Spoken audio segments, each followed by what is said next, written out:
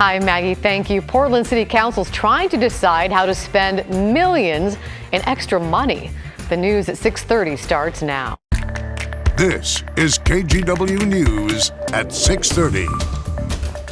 Thank you for joining us. Hundreds of people signed up to tell Portland City Council tonight how they feel about the homeless and the police. KGW's Pat Doris joins us live. And Pat, sometimes these meetings can get a bit feisty, maybe rowdy, even when they're virtual.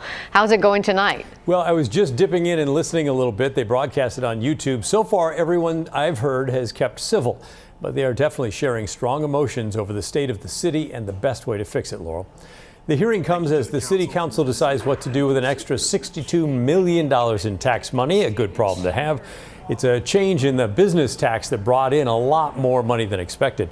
Portland Mayor Ted Wheeler wants to spend $18 million of that on more homeless problems and $7 million to hire more police.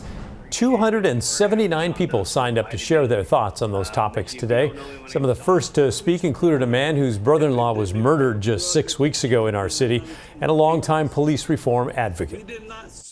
There's a narrative that is being fostered by some in our community that if we just increase the number of police officers in our city, we will immediately solve all the gun violence problems in our city. Such thinking fails to understand that policing cannot be effective without building community trust and support, as well as addressing the root causes. But I see everything that I've heard so far is reform of the police, but no accountability for criminals. When the police levels were much higher, there was much less shootings. That was obvious in the numbers. So it seems to me that the city council, many here, are more interested in about defending criminals and more about villainizing our police officers than really making real change. The City Council is expected to vote on the budget increases after the public testimony is over. That might not happen until tomorrow. Laurel? Pat, I have a question. I'm curious because we've heard a lot of discussion about body cameras for police. Did you hear that come up tonight? Did anybody ask about that, whether the City Council would fund the body cameras? Well, it is part of the mayor's proposal, and so if they vote yes on this, it's going to go forward. But as far as the times I was dipping in, no, I didn't really hear any of the members of the public saying this is crucial. I may have missed it, but I did not hear that. All right. Thank you. Pat Doris live in our newsroom tonight. Now, maybe you've heard about this atmospheric river headed our way with a whole lot of extremely wet weather.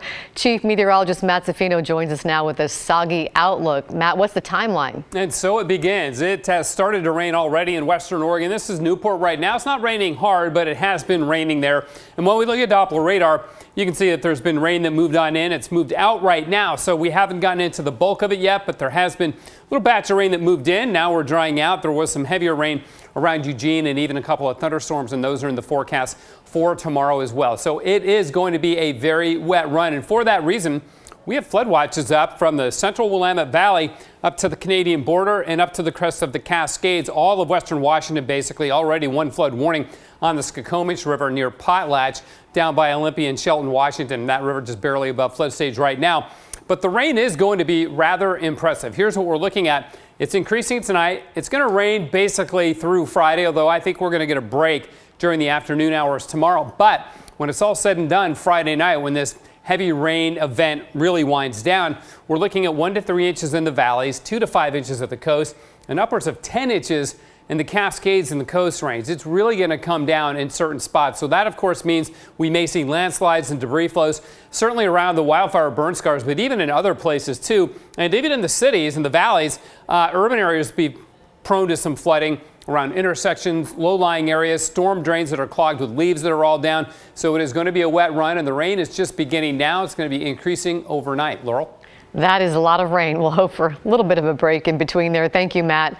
2 civil rights organizations want the U.S. Department of Justice to investigate law enforcement agencies in Clark County. They say the use of force by Vancouver police and the sheriff's office is excessive and discriminatory. Tim Gordon reports. There is no getting around the fact that in the past 2.5 years, Vancouver police and Clark County deputies shot and killed 8 people. 5 were armed. And 5 of the 8 were people of color, 3 black men and 2 Pacific Islanders, despite those groups representing about 3% of the population. When you just look at the raw numbers, more people were killed in King County. But when you adjust for population, there's actually a greater risk of being killed by law enforcement in Clark County. And that risk goes up for people of color and is over 10 times higher for Black people in Clark County. It is also true that prosecutors investigating the cases found officers justified in their deadly use of force in all 8 cases. Kevin Peterson Sr. would dispute that. Kevin's loss was a huge blow. In October of 2020, his 21-year-old son, Kevin Peterson Jr., was shot by Clark County deputies during a drug sting. Investigators found Peterson was armed, and deputies felt their lives were threatened. Peterson Sr. thinks his son's case is another example of racism in policing. He applauds the effort to bring in the DOJ. And so does Nakia Hunter, the sister of Carlos Hunter, who was armed and killed by Vancouver police detectives during a drug investigation traffic stop in 2019.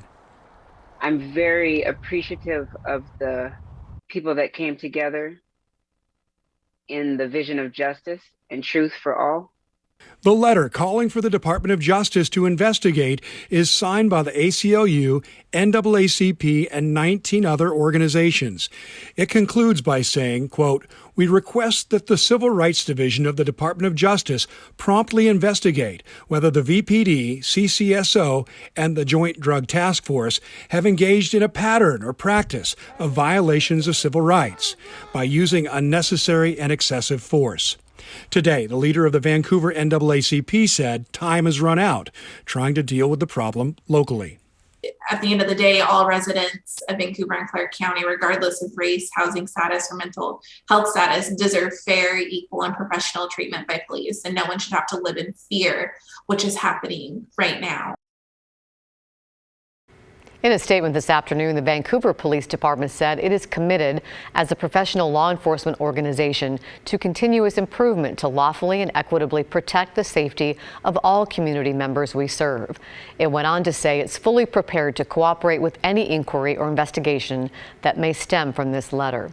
And the Clark County Sheriff said his organizations follow the nation's best practices and, quote, "As sheriff, I've always been committed and believe in the process. The Clark County Sheriff's Office is dedicated to the citizens of Clark County and transparency of the organization," unquote.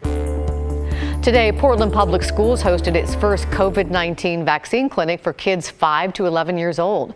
As Christine Pitawanich explains, this first series of clinics is just for specific schools. Roughly 60 families have registered and more are walking up to get their kids ages 5 to 11 a COVID-19 vaccine here at Fabian. This whole effort is part of a pilot program involving Portland Public Schools, Kaiser Permanente, and Medical Teams International. I'm so excited. It's been the day I've been waiting for. Bree Matachi is one of the many Fabian parents who brought their children to get one of the roughly 150 COVID-19 vaccines available. So we have 2 kids going to Fabian, one's in 1st grade and one's in pre-K. The little one's scared, but her bigger sister's like, it's okay, we'll be able to hang out more with our friends. This is the first vaccination clinic for kids ages 5 to 11 in the Portland Public School District. Fabian is one of 8 schools involved in the pilot program. We chose these schools because they have higher concentrations of poverty, and we're really trying to focus the schools themselves, those communities, to come to these events. We have a lot of students across the district that have access barriers. We center equity in all that we do, and including vaccine clinics. For Portland parents whose children do not attend one of the 8 schools in the pilot, there are other opportunities to get kids vaccinated, like going to a doctor's office, pharmacy, or a vaccination event. Like this one at the Beaverton Hoops YMCA Wednesday afternoon. We've been waiting for this for so long. I mean, today was like a birthday or something. It felt a lot better to know that I'm going to be fully vaccinated soon. This is the first stop for the Washington County Mobile Vaccine Team, which plans to set up at various locations throughout the county for the next couple weeks. Back in Portland at Fabian, the clinic is scheduled to run from 3:30 to 7:30 p.m. Next week, the district plans to have an additional 5 vaccination clinics at schools within the pilot program. Then once the pilot is complete, the district is hoping to expand access to vaccination clinics to other schools district-wide. In Northeast Portland, Christine Pitawanich, KGW News. If you need help finding a place for your child to get a COVID shot, text the word vaccine to the number on your screen, 503-226-5088.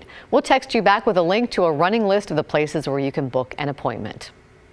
Amtrak is about to restart service on the Point Defiance bypass in Washington. In December of 2017, a train plunged off the tracks and landed on I-5 during its inaugural run. 3 people died and dozens of people were hurt. Amtrak has now installed a safety system designed to prevent derailments like that one. The rail line goes between the cities of DuPont and Tacoma.